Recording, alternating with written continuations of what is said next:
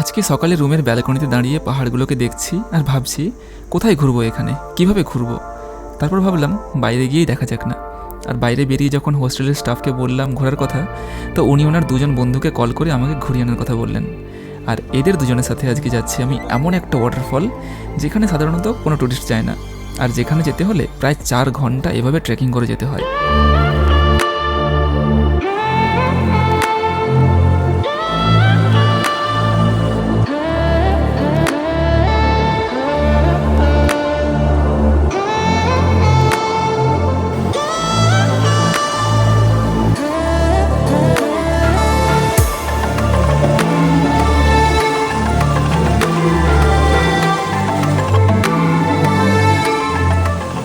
Finally যখন এতটা কষ্ট করে সেই ওয়াটারফলের সামনে পৌঁছলাম, তখন আমাদের সবার মনে হচ্ছিল আমরা সব বাচ্চা ছেলে হয়ে গেছি।